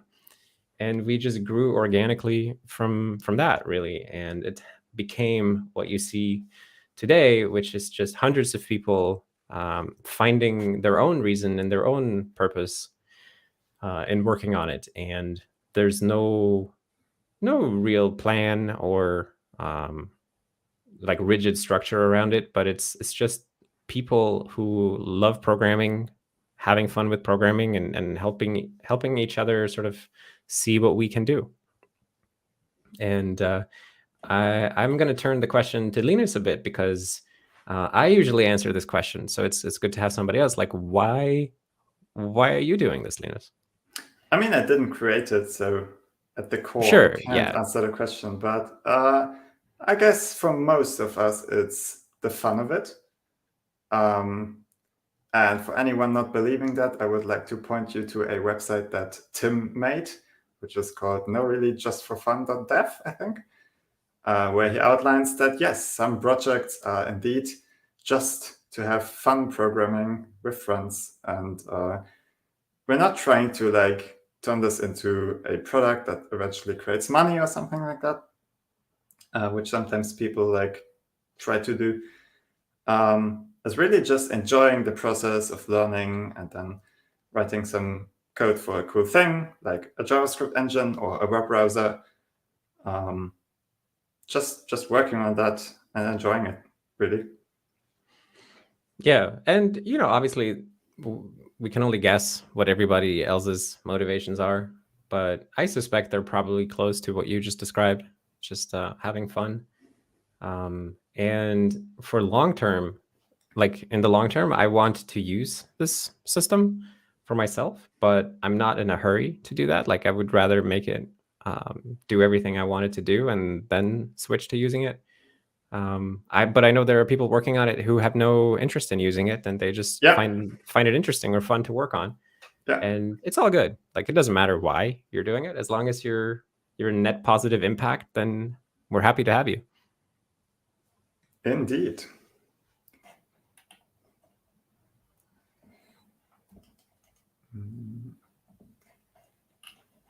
Any more questions you see that we missed? That we missed, most likely. I'm just going to call out this particular suggestion here. Pretend car talk. Now that's getting silly. Yeah. It wasn't silly before, but now it got silly. Here's a question. Is there someone working on a RISC-V port of SerenityOS? There was no Discord channel. I recently backed Vision 5.2. I want to try /port Serenity on it. Thanks for the awesome project. I don't think anyone is actively working on a RISC-V port.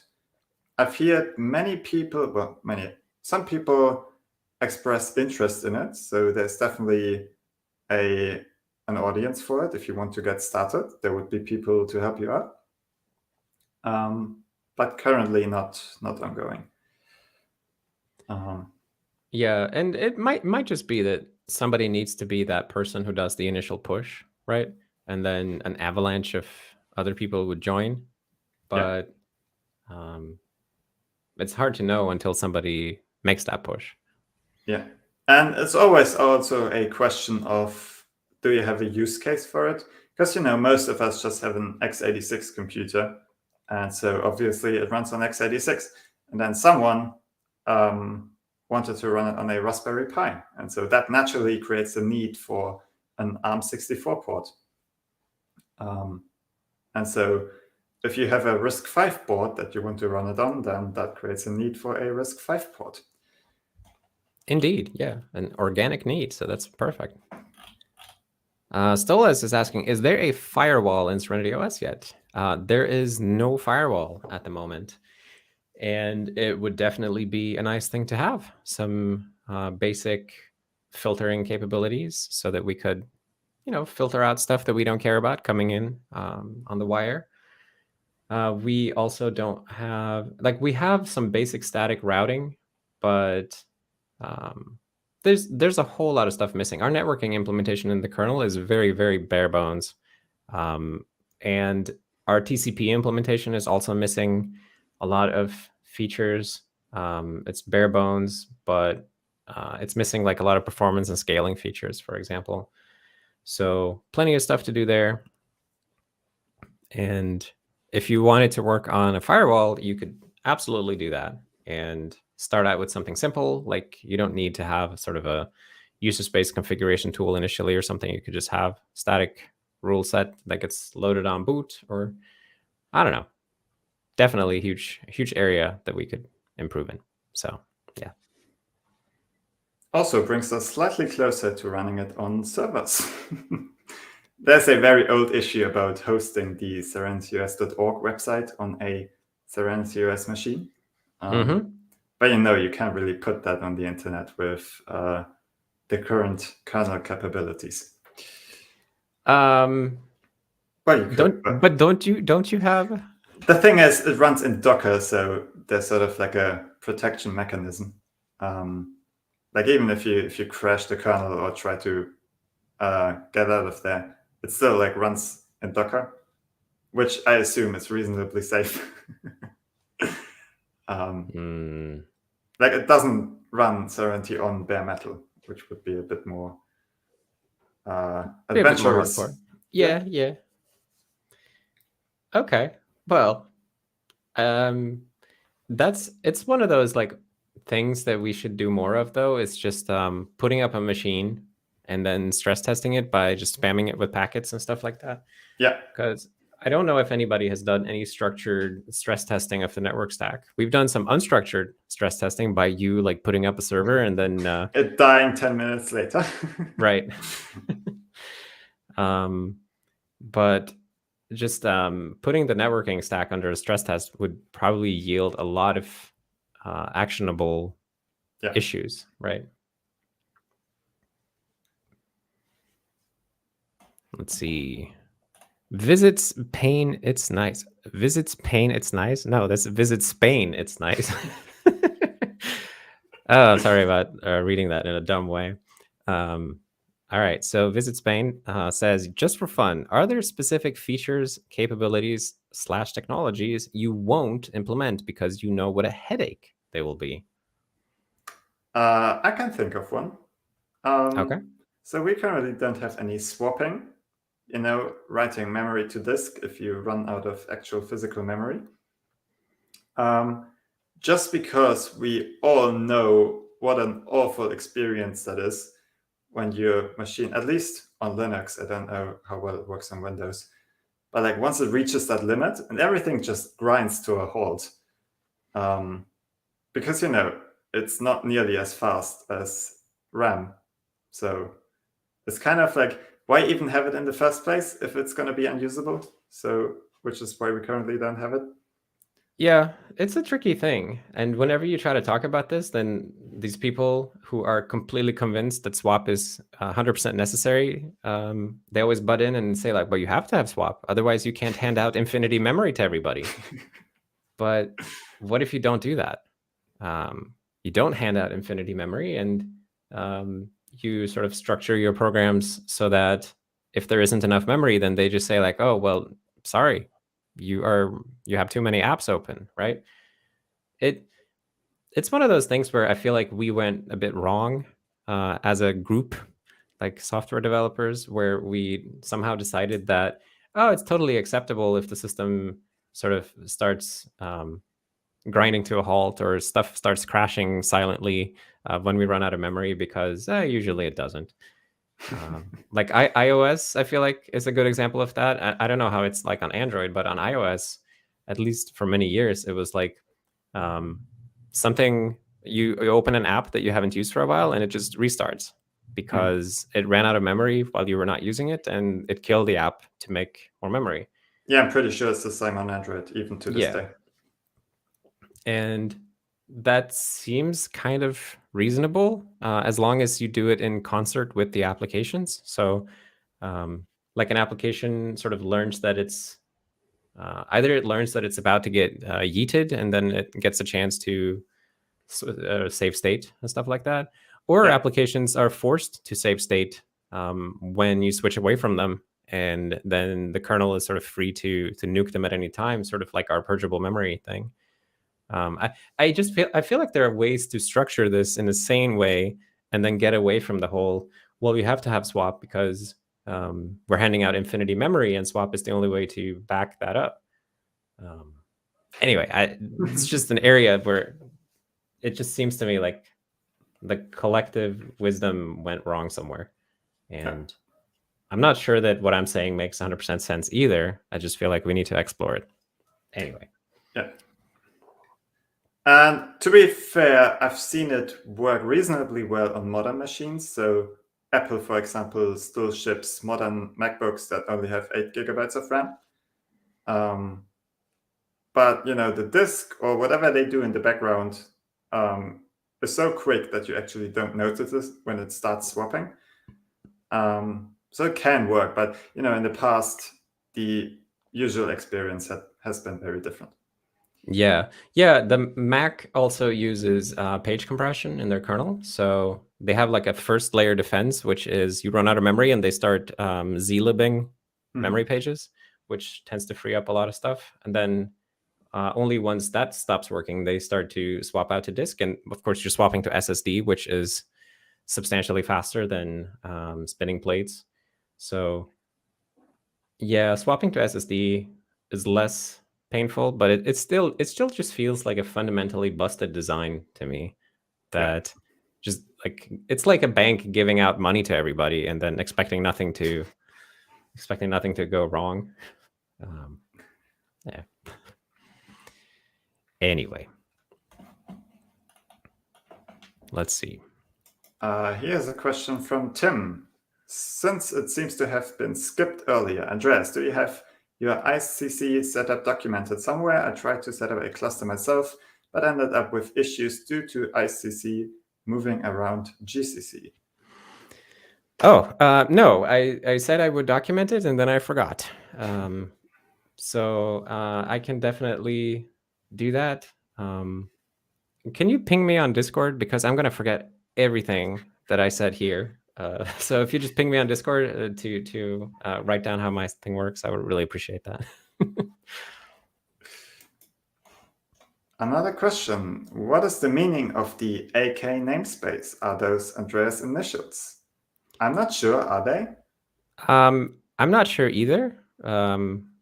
But some people have various theories about what it stands for. A recent one that I heard was adorable kittens, which seems reasonable to me. Adjucaster is a common one. Andrew Castor, yeah. I've also heard Andrew Kelly, right, from the Zig project. So it's open to interpretation, really. Yeah. So Kyle says, can you show how to debug Serenity if it crashes during boot? Ooh, we are not super well set up here for debugging on screen. So, do you have, like, can you easily share your screen, Linus? I just have a browser open. That's it. Nothing else. All right. You know what, Kyle? Let's either we do this on Discord afterwards, or we can also do it in next week's office hours, or I'll make a video or something. But right now, we're really only set up for this type of stream, so sorry about that. I can say, though, that in the past, when I tried to run it on bare metal, it was simply a matter of attaching like a serial cable to a USB port on another laptop. And then like you get all the debug output, and you can just put print statements in there and then like see how far it actually gets during the boot process. And that will usually tell you where exactly it's crashing, and then you can try to find out the reason. So good old printf debugging still works. Yeah, it's the best way to approach it, honestly. Oxu says, what's the state of 3D graphics since SerenityOS? I was thinking to port a platformer to try it for fun, but haven't researched about 3D yet. The state is that we had no hardware accelerated 3D, but we do have a software implementation of partial OpenGL. So there's libgl, which uses libsoft GPU as a backend. But in theory, it's a pluggable architecture. So you could add support for hardware rendering and then plug that into libgl somehow, although I don't actually know how that would work, and I don't know if anybody tried to do it. But if you are interested in improving our 3D support, you can join the OpenGL channel on Discord. That's where the special interest group tend to congregate.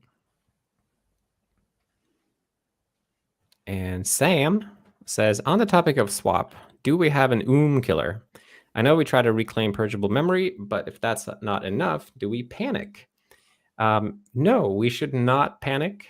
There might be some cases where we still panic, but those are bugs. What we tend to do instead is the kernel will just tell user space, nah, you can't have that memory because other people already asked and we gave it to them.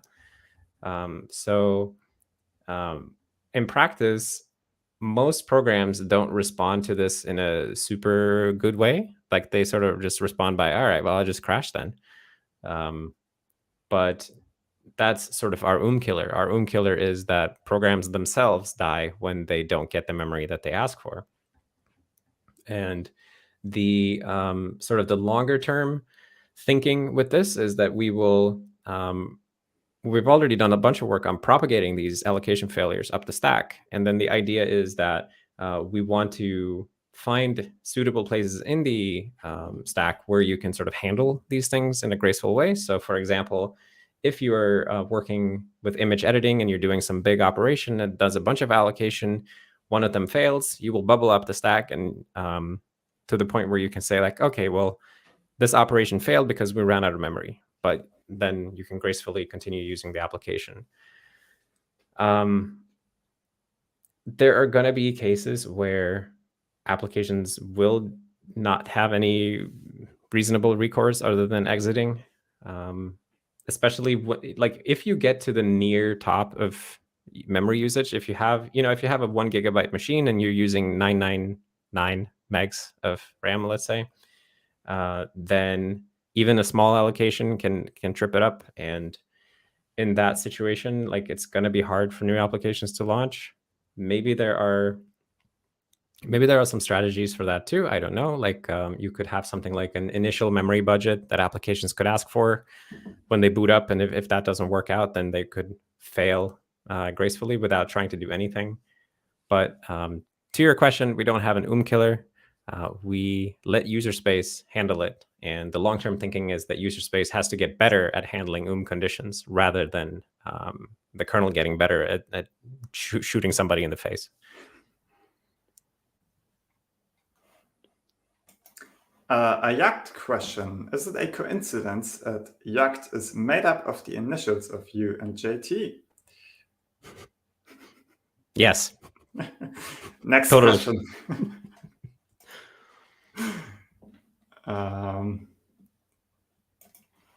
That's an interesting one.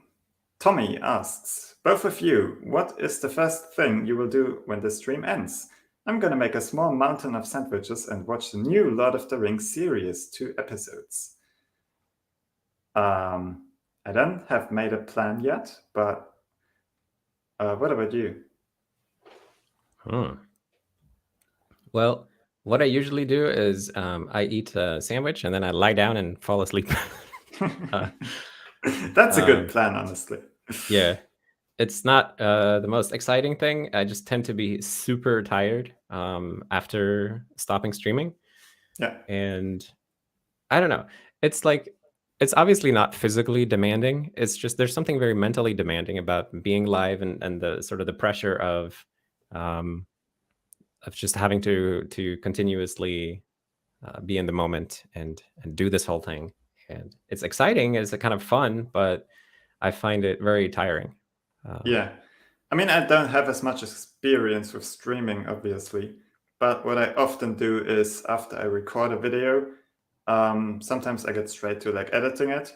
And then when it renders, you can like leave everything as is, like go for a run or something to just like make it disappear from your mind because you've been really focused for the last hour or two. And then like you had to watch all that back and edit it. And so it's good to like go and do something else. You edit your videos? Well, yeah, I have to cut off some stuff. Oh. And sound editing. I never noticed. What? Yeah.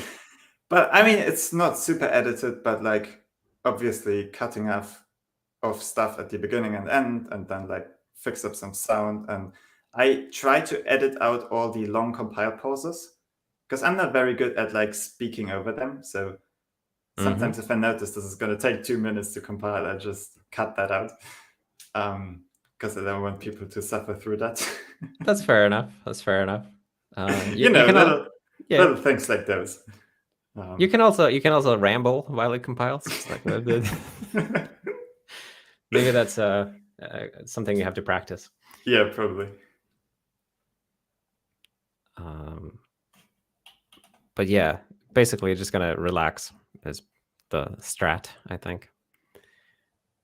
Tim was asking, boot debugging should be in the SUMP fixing video that was released recently, no? A little bit, I guess. Yeah, I did show in the SMP debugging video how I have my GDB set up to attach to the kernel. When you're running QEMU with Serenity using our default script, we will spawn a GDB server by default. So if you have GDB on your machine and Serenity has blocked or hung while booting, you can already attach GDB to it. You just need to use the remote command in GDB, and it's running on port 1234. And I forget the exact invocation, but you can look up how to use that. And maybe we also have a serenity.sh command for this. I'm not sure. I would not be surprised because that script has gotten really advanced over the years. Serenity.sh. Yeah, You can do many, if not most, things with that script instead of like figuring out the manual invocation, which is quite neat. Yeah, I was refusing to use it for a long time because I don't know why, but I gave up eventually, and now I'm also using it. No, it's great. It's really good. Yeah. Network Exception asks, what video editing software do you use? I use KDN Live. Is that how you pronounce it? I don't know. But you know, the KDE software, KDE video editing software. Yeah, I use it too. Free, open source, has a few like tutorials on YouTube. It's reasonably easy to use. I'm not very good at it. Like I know a few basic things, but I'm personally not at a level where I would pay for like my editing software, because I'm just a random guy doing this. I'm not a professional video editor, so I'm glad that these options exist and are maybe not suitable for like super advanced or professional video production, but for me that totally works. Yeah, I think KDN Live or KDN Live, it's a competent video editor. It just is perhaps very confusing. Because I've used like Final Cut Pro in the past, and it's just, I don't know, like everything is so easy and intuitive, and KDN Live is very capable, but not very intuitive. And it might be because I'm too much of a noob because I don't know what everything is, and then they put everything in front of you, and then just expect you to know which parts are relevant and which parts are not, and I don't know. I just try to click on everything, and in Final Cut Pro, they mostly put relevant things in front of you, so it just is easier to understand which things are. Yeah, I don't really have another point of reference. The last one I used before that was Windows Movie Maker, sort of 10 years ago. All right. I don't know if anyone remembers that. I don't know if it's still around, but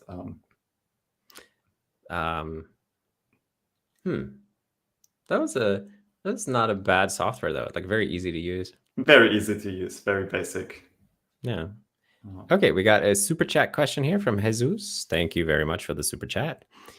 Saying, hello, gents. How do the both of you feel about test-driven development? I'm assuming that's the TDD that you're asking about. And I don't have strong opinions about it personally. I think, as with any methodology, like there's good things and bad things, and you can take it too far. And there's definitely value in driving your development with tests, but I think at least whenever I talk to somebody who's excited about TDD, then I come away thinking like, that sounds really tedious. But I don't have strong feelings about it anyway, because I haven't immersed myself in it well enough to have an opinion, I think. What about you, Linus? I've tried it a couple of times every now and then, but it doesn't really stick with me. So I keep like going back to writing the tests as the very last thing I do in the whole cycle.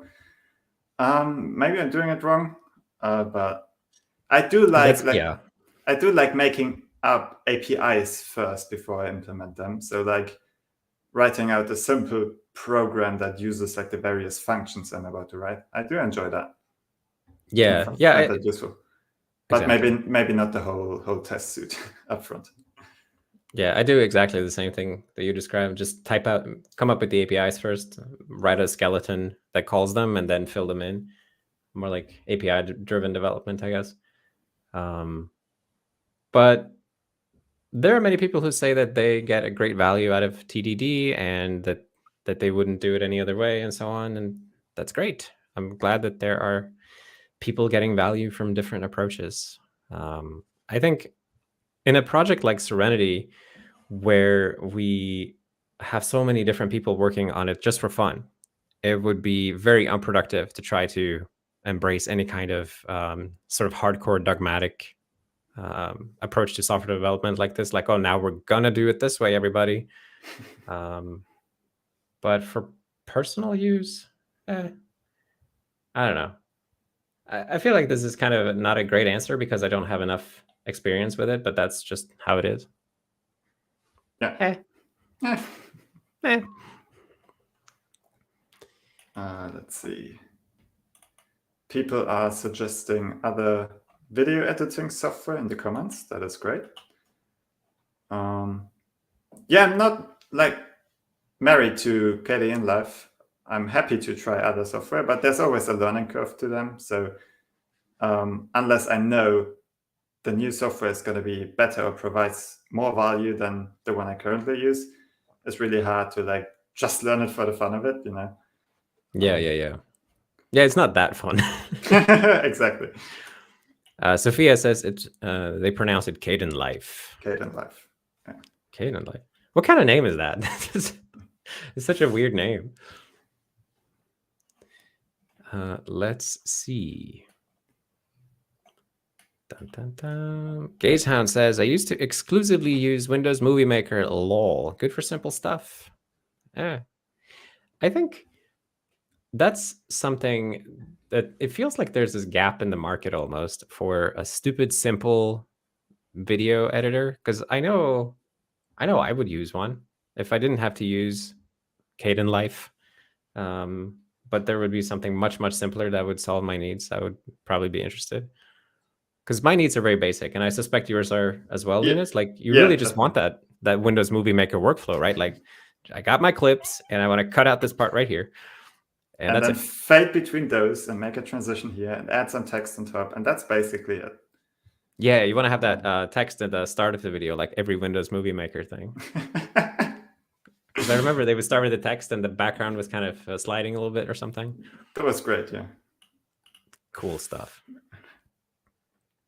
Let's see. Logan Dark says, hey, I just wanted to check in and let you know that I love your dev streams. It shows how you can so easily dive into Serenity and work on the whole stack. It is so awesome, heart. I want to do that sometime. Good news. You can do it anytime. Thank you for saying that. All right, let's see. Network Exception says, the superior development methodology is graph-driven development, of course. That is so true. So for those not aware what that means, it's when you suddenly start finding a metric that you can improve by working on it and then turn it into a graph. And so the graph usually starts at the very bottom, like 0%, or if you're already a little bit into development, you might have like 10% of the entire ECMAScript test suite passing. And then you fix something, and that fixes like 20 tests, and then your graph goes up. Rinse and repeat. Yeah, it's extremely effective. And it works on like almost every nerd I've ever met, myself included. Like you see the graph and you have some autonomy and you can affect the graph. Oof, it's great. I agree. Let's see. Dun, dun, dun, dun, dun. Video editor when? Yes, indeed. The real solution is to just ditch Linux and do all the video editing in Serenity. True that. Yeah, sure. If someone wants to get started on that. I don't know how we are doing in terms of like video codecs and encoding and recoding. We barely have a decoder. I don't think we have a decoder even. There's just some container format parsing and sort of some outline of a VP9 decoder. I think somebody did, like Hunter did that like a year ago or something. And then it's just been gathering dust ever since. But definitely something that we could pick up if we wanted to do that. Yeah. How hard can it be? Let's see. David says, isn't it Caden Life instead of Life? I think the person who said that it's pronounced Caden Life was German, though. So you may be hearing like a German serialization of the pronunciation. I don't know. Because I guess I would say Caden Live. But Linus, you would say Caden Life? Okay. Or Caden Life? Yeah, I don't know. It's just they should ship like a pronunciation guide with the manual. Yeah, this is how you do it properly. Here's a libjs question. I like libjs questions. Or not questions, but it's a statement. So Eden is saying, the libjs test262 graph went up quickly until reaching 80% and then continued slowly from there. A good example of the 80-20 rule. That is so true. I never noticed that. Yes. Yeah. We are currently stuck at like 82% or something because no one has implemented generators in the AST interpreter yet. And so they block basically every test that uses a generator somewhere, even if it's not related to generators at the core. So that just won't run. And so that sort of blocks out 18 or so. Well, not all of it. We still have like 2 or 3% or maybe a little bit more in like actual failing tests, but it blocks out a good chunk of tests that we currently just can't make pass. Yeah. 80-20 rule. Interesting. But then maybe the bytecode interpreter is gonna like just explode past the 80-20 rule and just boost straight to, I don't know what, if we get everything working there. Or I guess that one already has generators. Yeah, it does. Oh, damn it. Okay, so then it's a grind all the way up too. So now bytecode is at 70 something now, which means just fixing stuff everywhere until it's up to the hundreds. Yeah. Okay, so there isn't going to be like that big burst on that one. I'm not super sure what's currently blocking, but you know, Leon implemented super calls the other day, and that did like 2% almost. So you can get quite big improvements by doing a small feature implementing that. Whereas on the AST side, it's now like you rarely fix more than like 10, 20 tests at a time. Yeah. And then Lofty says, y'all have gone on for a long time. That's true. Oh, we are 10 minutes past the time. Wow. Damn it. It's time for my sandwich. All right. So I guess we should wrap it up. Thank you very much, Linus, for coming. My pleasure. It's been great. I agree. It has been great. In the future, we should probably figure out how we can also bring up a computer on screen and do stuff. Yeah. So it's a little bit annoying to not have that. But thank you all for coming to the office hours. Really appreciate the company, the comments, the questions. And actually, before we go, Linus, you get one more chance here because you deferred on a question that people wanted you to ask. Oh, God.